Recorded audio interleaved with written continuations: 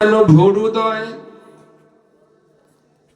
নেত্রদয় যেন সদ্য প্রস্ফুটিত কোন রক্ত কমল। চোখটা কমলের পাপড়ি যেমন, পদ্ম ফুলের পাপড়ি যেমন, নয়নের ভুরুটা কামের কামান।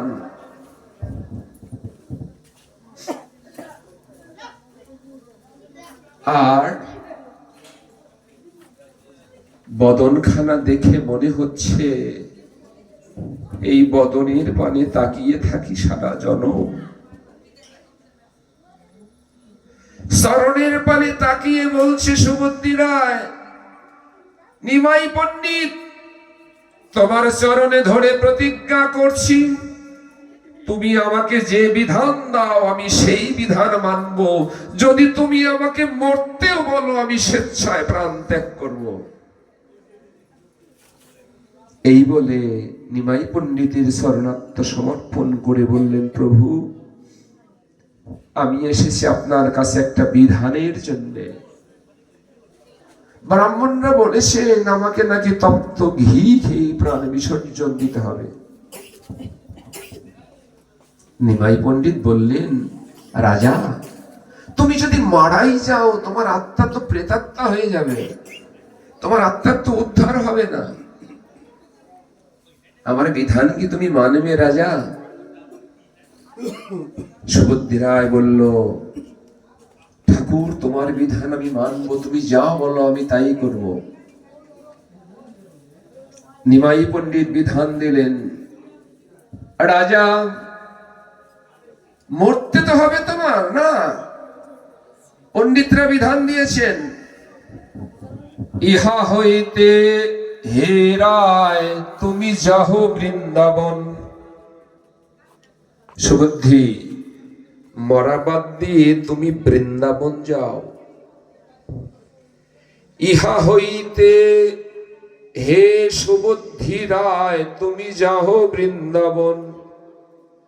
নিরন্তর করো কৃষ্ণ নাম সংকীর্তন। বৃন্দাবনে গিয়ে নিরন্তর কৃষ্ণ নাম কীর্তন করো। তোমার একবার নাম নিলে সর্বদোষ যাবে, আর বার নাম নিলে কৃষ্ণ পদ পাবে।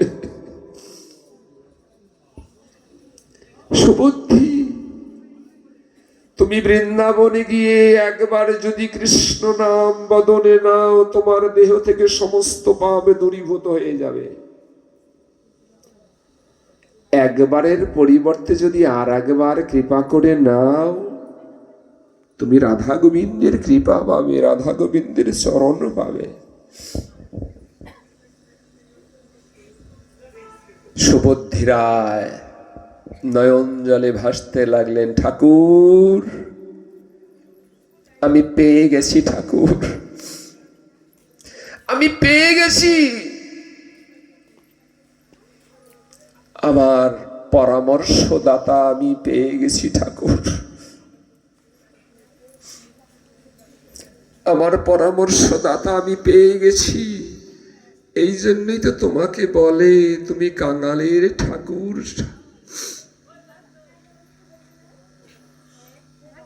তুমি ছিলে বৃন্দাবনে এলে নদিয়ায়,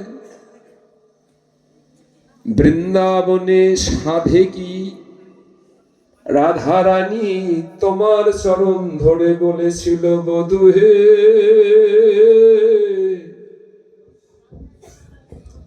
ও গো গোবিন্দ হে,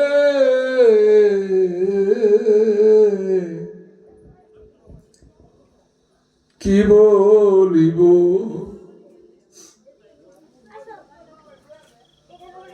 কি বলবো বধূ,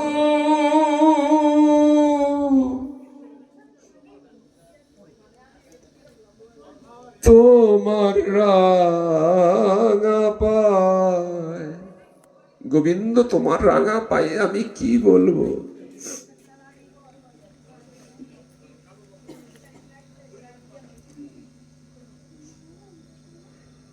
কি বলবো, কি বলবো গো বধূ,